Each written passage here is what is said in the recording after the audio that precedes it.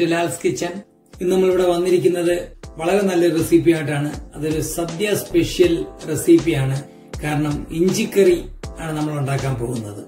അതിന് നമ്മൾ എടുത്തിരിക്കുന്നത് ഒരു 200 ഗ്രാം ഇഞ്ചിയാണ് ഇവിടെ എടുത്തിരിക്കുന്നത്. നന്നായിട്ട് പൗഡർ പോലെ ചോപ്പ് ചെയ്താണ് ഞാൻ വെച്ചിരിക്കുന്നത്. ഒരു ഗോൾഡൻ ബ്രൗൺ കളർ ആവുന്നത് വരെ നമുക്ക് വറുത്തെടുക്കണം.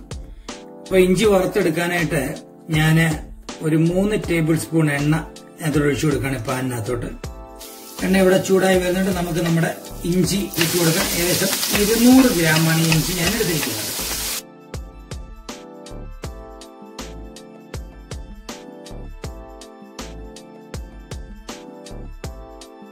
അപ്പൊ നമ്മുടെ സ്റ്റെപ്പ് 2 ഐറ്റംസ് നമുക്ക് ഇവിടെ കാണിച്ചു തരാം. ചെറിയ ചുവന്നുള്ളി ആണെങ്കിൽ ഇതുപോലെ ചെറിയതാണെങ്കിൽ ഒരു 6 എണ്ണം എടുത്തിട്ട് അത് വട്ടത്തെ അരിഞ്ഞെടുക്കണം. ഞാനിപ്പോ അരിഞ്ഞെടുത്തിട്ടില്ല, ഇനി അരിഞ്ഞെടുക്കും.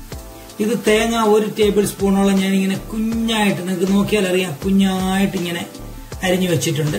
ഇത് നമുക്ക് ഇഞ്ചി കറി കഴിക്കുമ്പോൾ അല്ലെങ്കിൽ ഈ പുളി ഇഞ്ചി കഴിക്കുമ്പോൾ നമുക്ക് അതിന്റെ ഇടയ്ക്ക് ഒന്ന് കടിക്കാൻ കിട്ടുമ്പോൾ ഒരു സുഖമായിരിക്കും. അതിന് വേണ്ടിയിട്ടാണ് ഇത് ആഡ് ചെയ്യുന്നത്. ഇത് നമുക്ക് വേണ്ടുന്നത് വറ്റൽമുളകാണ്. ഞാനൊരു വലിയ 2 വറ്റൽമുളക് ഇങ്ങനെ മുറിച്ചിവിടെ വെച്ചിട്ടുണ്ട്. ഒരു 2 കതുപ്പ് കരിവേപ്പില ഞാനിവിടെ എടുത്തിട്ടുണ്ട്. ഇത് വളരെ ചെറുതായതുകൊണ്ട് 2-3 കതുപ്പുണ്ട്. നല്ല കതുപ്പാണെങ്കിൽ 2 കതുപ്പ് മതി. അതുപോലെ ഒരു ചെറിയ പച്ചമുളക് ഒരു 3 എണ്ണം ഞാൻ വട്ടത്തെ അരിഞ്ഞിവിടെ ഞാൻ വെച്ചിട്ടുണ്ട്. ഞാനൊരു 100 ഗ്രാം വാളംപുളി ചെറു ചൂടുവെള്ളത്തിലിട്ട് പിഴിഞ്ഞ് നല്ല കട്ടിക്ക് എടുത്ത് ഞാൻ ഇവിടെ വെച്ചിരിക്കുകയാണ്. അടുത്ത നമുക്ക് വേണ്ടുന്നത് ശർക്കരയാണ്. 150 ഗ്രാം ശർക്കര ഞാൻ ഉരുക്കി ഒരു 150 ml വെള്ളത്തിനകത്താണ് ഈ ഉരുക്കി ഇവിടെ വെച്ചിരിക്കുന്നത്. 150 ml ശർക്കര ലായനി അതിലൊഴിക്കാൻ ഞാൻ പറയുന്നില്ല. അപ്പൊ അത് നമ്മുടെ ടേസ്റ്റ് അനുസരിച്ചാണ് ആഡ് ചെയ്ത് കൊടുക്കേണ്ടത്.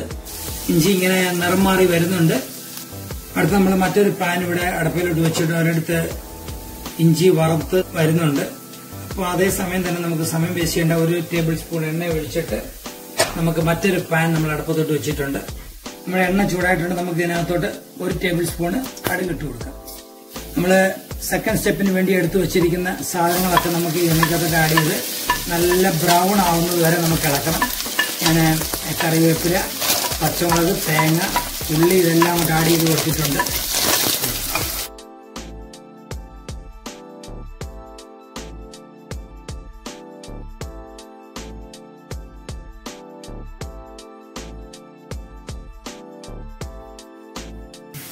നമ്മുടെ ഇഞ്ചി ഇവിടെ ഇങ്ങനെ നല്ല ബ്രൗൺ ആയിട്ട് ഇങ്ങനെ വരുന്നുണ്ട്. ഇനി ഇടയ്ക്ക് ഇച്ചിരിയും കൂടെ ഒക്കെ ഉള്ളു വരാനായിട്ട്. അത് വരുന്നവരെ നമുക്ക് ഇങ്ങനെ ചെറിയ തീയിലിട്ട് ഇളക്കി കൊടുക്കണം. കടുവറുത്ത സാധനങ്ങളൊക്കെ ഒന്ന് പെട്ടെന്ന് ബ്രൗൺ ആവാനായിട്ട് വേണമെങ്കിൽ നമുക്ക് അതിനകത്തോട്ട് കുറച്ച് ഉപ്പ് ചേർത്ത് കൊടുക്കാം. നമ്മുടെ കടുവറുത്ത സാധനങ്ങളൊക്കെ നല്ല സൂപ്പർ ബ്രൗൺ ആയിട്ട് വന്നിട്ടുണ്ട്. ഞാൻ ആദ്യം ഒരു സ്പേസ് അതിന്റെ നടുക്കാക്കി വെച്ചിട്ടുണ്ട്. അങ്ങോട്ടത്തേക്ക് തീ ഓഫ് ചെയ്തിരിക്കുകയാണ്. ഒരു 1.5 ടേബിൾ സ്പൂണ് കാശ്മീരി ചില്ലി ഇട്ട് കൊടുത്തു. ഒരു ഏകദേശം 1/2 ടീസ്പൂണോളം മഞ്ഞപ്പൊടി ഞാൻ ആഡ് ചെയ്ത് കൊടുത്തു. ഒരു 1/4 ടീസ്പൂണോളം ഉലുവാപ്പൊടി ആഡ് ചെയ്ത് കൊടുത്തു.